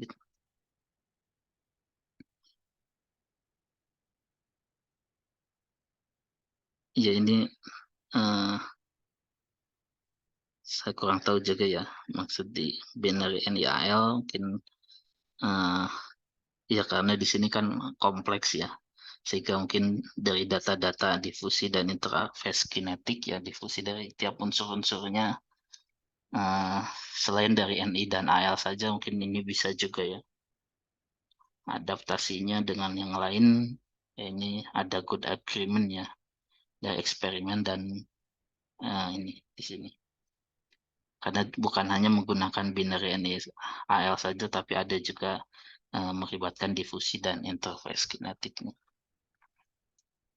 Ya ini contoh yang lainnya juga ya, mungkin ini tadi paduan nikel, ini contohnya di cobalt based superalloy ya, jadi gamma prime coarsening behavior in cobalt based superalloy ya. Jadi gamma uh, yang mungkin nanti akan dijelaskan di paduan untuk logam temperatur tinggi, untuk cobalt based superalloy itu biasanya memang penguatannya yang paling utamanya itu adalah dengan pembentukan partikel endapan karbida ya, karbida, dibandingkan dengan jenis superalloy yang nikel juga kandungan karbonnya itu juga lebih tinggi, tapi sudah mulai dikembangkan juga uh, untuk paduan cobalt base superalloy itu juga dengan penguatan gamma prime juga ya, yang sama dengan seperti Ni tadi. Jadi kalau tadi Ni3Al strukturnya ya ini bisa CO3Al ya. CO3Al atau posisi Al-nya itu digantikan dengan tungsten ya. Malah untuk kobal memang harus tidak hanya Al saja ya, tapi harus ada unsur yang lain, contohnya tungsten ini untuk menstabilkan dari fasa gamma prime dan bentuk yang kuboid seperti ini ya. Ya, jadi ini sudah ya sebenarnya sudah banyak diteliti dan memang kalau hanya CO dan Al saja itu berbeda strukturnya, harus ada ditambahkan tungstennya juga. Nah, tapi di sini yang dipelajari adalah quartzeningnya ya, quartzening untuk ternary COAl tungsten di sini. Ya, using dengan fast fill method, kemudian ya sebenarnya hampir sama saja, tapi ya ini karena bisa dimodelkan ya, dia bisa eh, dilihat juga dengan volume fraksinya seperti apa ya. Kemudian ya ini ya terlihat coarsening rate-nya dibandingkan dengan strukturnya ya. Struktur mikronya seperti apa. Ini juga terhadap waktunya. Tadi interfasional energi, kemudian elastik energinya yang disimulasi itu berapa. Dan ini akibatnya perubahannya juga seperti apa ya di sini. Nukleasi, crowd-nya, ya ini kalau di sini sih bukan hanya dengan ke arah transversal tapi juga ke arah yang lainnya sehingga nanti bisa bergabung seperti ini. Ya mungkin ini penjelasan lebih lanjutnya ya. Di sini disebutkan kalau paduannya adalah ini ya, CO 9,5 Al, kemudian tungsten atomic percent, suhu 900 derajat, kemudian dalam second ya, karena uh, simulasi ya, eksperimennya mungkin sudah di akhirnya ya, tapi kalau di simulasi itu bisa di 30 second, 60 sampai 15.000 second. A, B, C, D, E, F, G, H, I. E, F, G, H ya di sini sampai sini. Kemudian yang ini I dan A itu adalah eksperimen pada saat aging ya, saat proses aging. Kemudian di sini apa ya? Sebentar.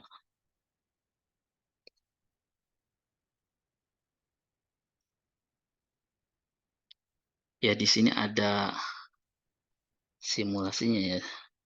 Ada pewarnaan ataupun ada bayang-bayang di sini ya. Ada yang lebih abu-abu, ada juga ada yang lebih gelap, itu juga uh, disebutkannya itu adalah concentration profile dari Al dan tungstennya ya, greater Al dan tungstennya. Jadi uh, di sini apa yang ya yang bulat itu kan CO3 Al tungsten, kemudian ya di sekitarnya kenapa dia lebih gelap karena di situ lebih banyak konsentrasi Al dan tungsten yang sudah berdifusi dari gamma di sini ya, tapi dia belum membentuk uh, endapan yang order CO3 Al tungsten ini. Jadi dibandingkan di sekitarnya yang jauh, ya ini lama kelamaan uh, Al dan tungsten yang berdifusi itu semakin banyak ya, sehingga lebih gelap di sini. Dan yang sudah berdifusi ya ukurannya menjadi lebih besar. Jadi ini mungkin saat awal ya, A dan B itu adalah saat pembentukan endapannya. Jadi proses apa pertumbuhan partikel ya, nucleation, kemudian pertumbuhan di bawah niris spherical, jadi bentuknya spherical. Ini dari simulasinya juga sudah bisa menggambarkan bentuknya, diameternya di bawah 45 nanometer ya, cukup kecil, kemudian random tapi distribusinya random ya di dalam di sini. Ya jadi uh, ya semakin lama semakin banyak, kemudian ya tapi ada juga yang setelah tumbuh, kemudian karena ada bagian yang berdekatan ya dia akan menjadi lebih bergabung ya, pertumbuhannya dia sudah ada yang bergabung di sini. Ya, ini tadi sudah ya, side of gamma matrix become darker ya di sekitarnya itu. Kemudian saat diameternya menjadi lebih besar, menjadi mencapai 70 nano, ya ini menjadi square ya. Semakin besar, kemudian uh, ada di bagian lain yang menghalangi, dia sudah menjadi yang ini juga sih, lebih ke kubikal ya, dengan fraksi volume atau ukuran yang lebih besar. Di figure C ya, jadi red dot cycle in figure C. Ya ini terus selanjutnya, ya jadi setelah itu langsung ada juga yang sudah menjadi coarsening ya, artinya dia beberapa bagian sudah membentuk, jadi ini masih bentuk kubikal square, tapi ada juga bagian yang sudah mengalami rafting ya atau coarsening. Yang the red ya, terutama yang di sini juga ada yang ini bentuk yang di tanda lingkaran itu dia masih tetap ya, dari sini terus di sini juga masih tetap, di sini juga tetap, seperti itu. Jadi ada juga nanti ya, ini pembentukannya antara 1 dengan 2 butiran, jadi bentuknya seperti ini ya, seperti itu. Terus ada juga jika ada yang bentuknya seperti ini ya, nanti ini bergabung menjadi yang lebih besar gitu ke bawah ya. Ini seperti ini. Kemudian gamma ya, kemudian ini menjadi lebih besar ya. Jadi karena memang penggabungannya itu ya dengan sekitarnya, kemudian bagian atasnya, kemudian dengan bagian sininya ya. Ini contohnya juga ya, bagian ini menjadi ini dan juga menjadi square di sini. Jadi ya strukturnya bisa dibilang ya similar morfologi dengan yang di J di sini. Ya, I dan di J di situ. Kemudian ini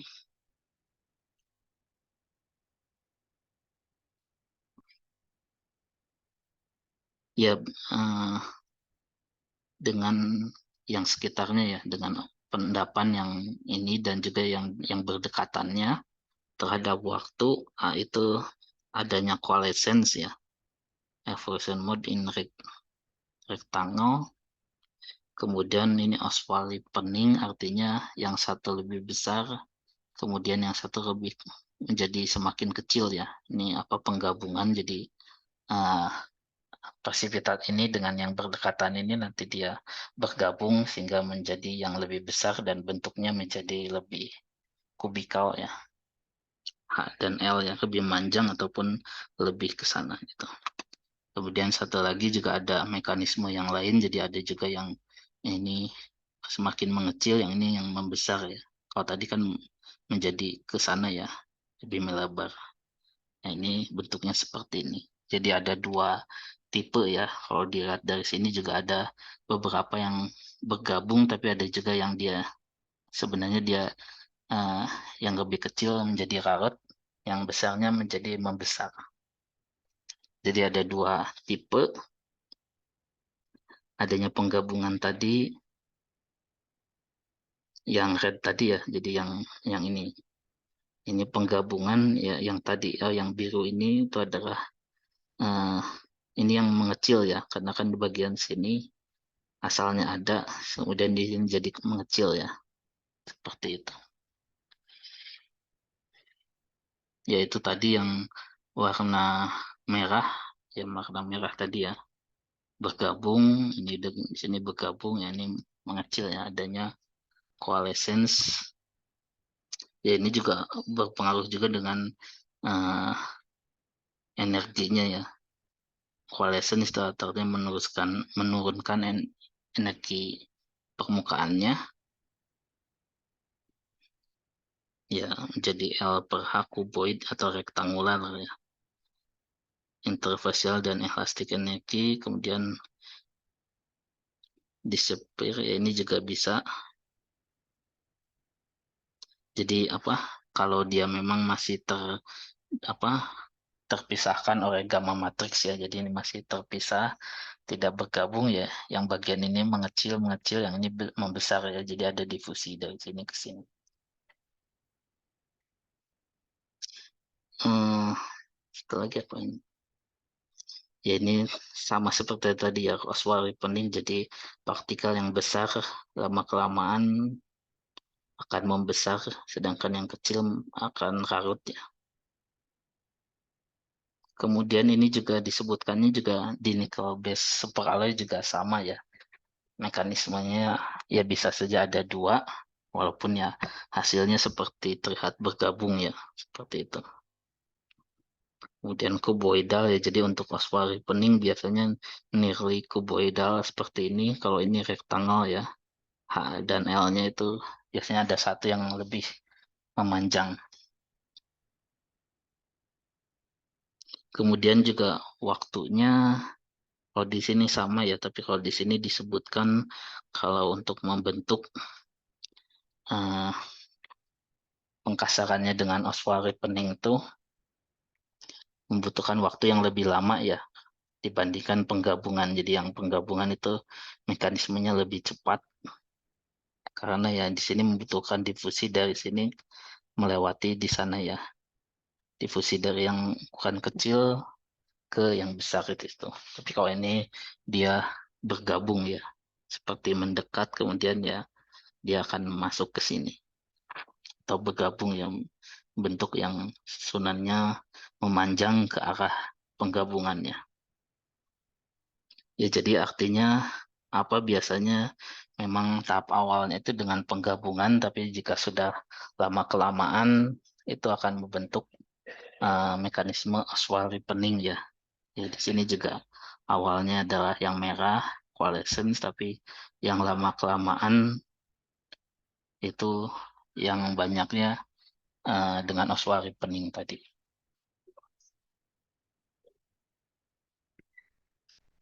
Ya, kemudian ini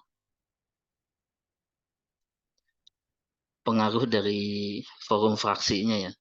Forum fraksi dari gamma prime-nya terhadap kinetika coarsening ya.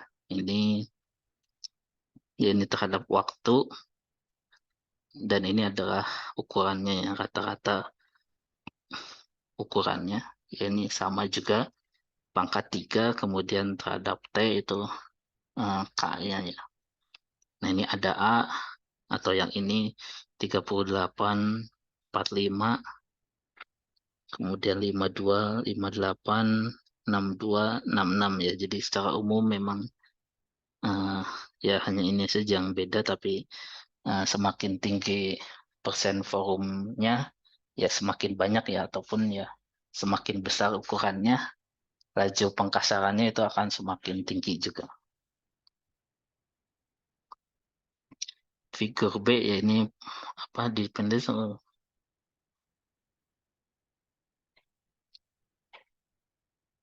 ya, ini coarsening rate konstannya terhadap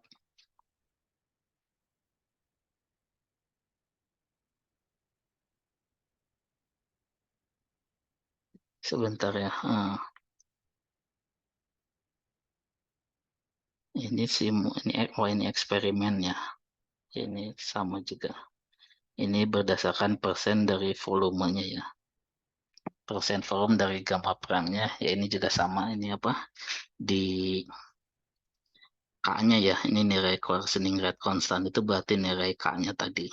Dilihat dari slope-nya ini di titik-titiknya terhadap ini. Jadi terlihat terlihat lebih jelas ya. Kalau di sini juga terlihat jelas ya, semakin tinggi dari fraksi volumenya dia semakin K-nya semakin tinggi ya, semakin curam di sini. Ya, ini juga sesuai dengan persennya ya. Kalau dilihat di sini persennya itu dilihat dari jumlah tungstennya semakin besar banyak ya. Tungstennya semakin banyak ya, dia juga nanti membentuk CO3Al tungstennya lebih banyak. Nah, kesimpulannya di sini untuk mendesain cobalt base alloy dengan high volume fraction dari gamma prime yang lebih tinggi itu, jadi unsur-unsur yang memiliki difusivitas yang rendah itu bisa digunakan ya. The element with a slow diffusivity might be added to decrease ya, untuk menurunkan laju pengkasarannya. Kemudian ya karena difusivitasnya rendah ya, harus juga dihitung ataupun maksimum dari aging time-nya ya, karena pasti aging time-nya membutuhkan waktu yang lebih lama untuk menghasilkan yang optimumnya juga. Jadi aging time dan juga temperaturnya juga di sini untuk mendapatkan ukuran presipitat yang optimum ya, baik itu dari ukurannya maupun juga bentuknya.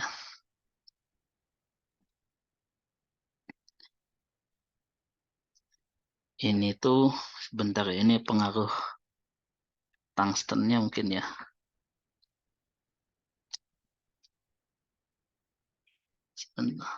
Ya mungkin untuk pengaruh tungstennya juga ya. Di sini adalah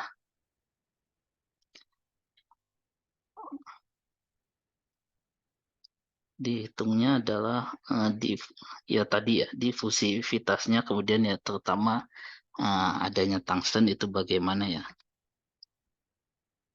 Jadi dihitung diffusion potensial itu ya terhadap perubahannya ya, perbedaannya dari F terhadap konsentrasinya atau jaraknya ya, atau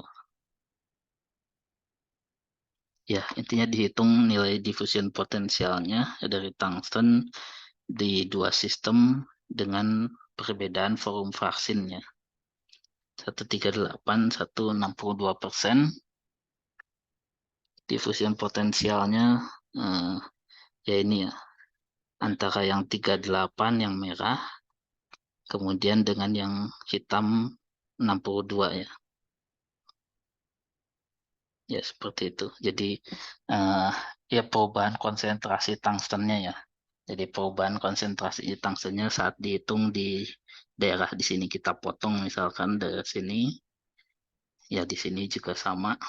Karena ini kan A1 dan A1 itu yang 38, ya 38 lebih sedikit, yang A2 itu yang 62 ya, jadi lebih besar. Jadi ya seperti ini ya, konsentrasinya juga dia lebih bawah ya, perubahannya ya, diffusion potensialnya. Yang 38 di sini, yang 62 ya ininya jaraknya juga lebih lebar, ininya juga lebih dalam ke bawah gitu. Yang kedua itu yang B itu setelah waktu yang lebih lama ya.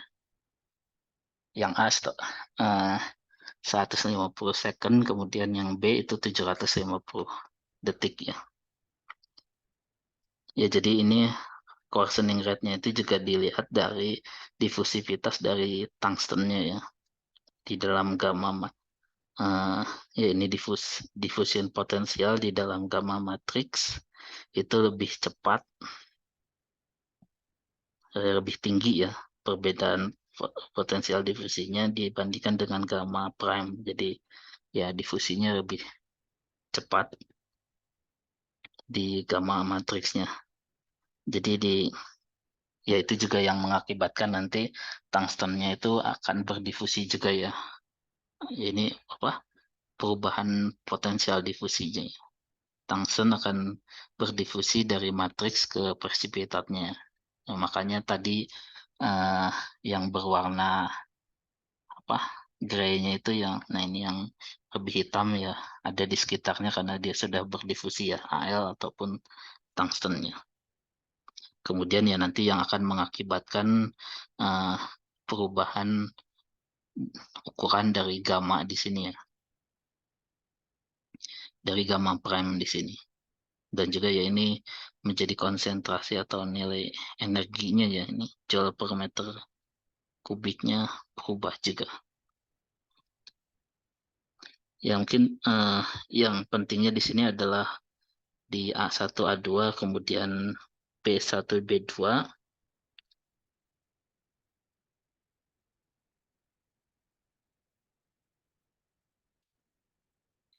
Ya jadi untuk di gamma itu sama ya, walaupun dia fraksi volumenya berbeda, tapi difusi di dalam gamma itu hampir sama, atau nilai potensial diffusion potensialnya ya hampir sama di sini dan di sini, tapi untuk saat di gamma aksen itu berbeda ya di sininya. Ini satu lebih bawah, satu lebih rendah ya, lebih cepat atau lebih itu.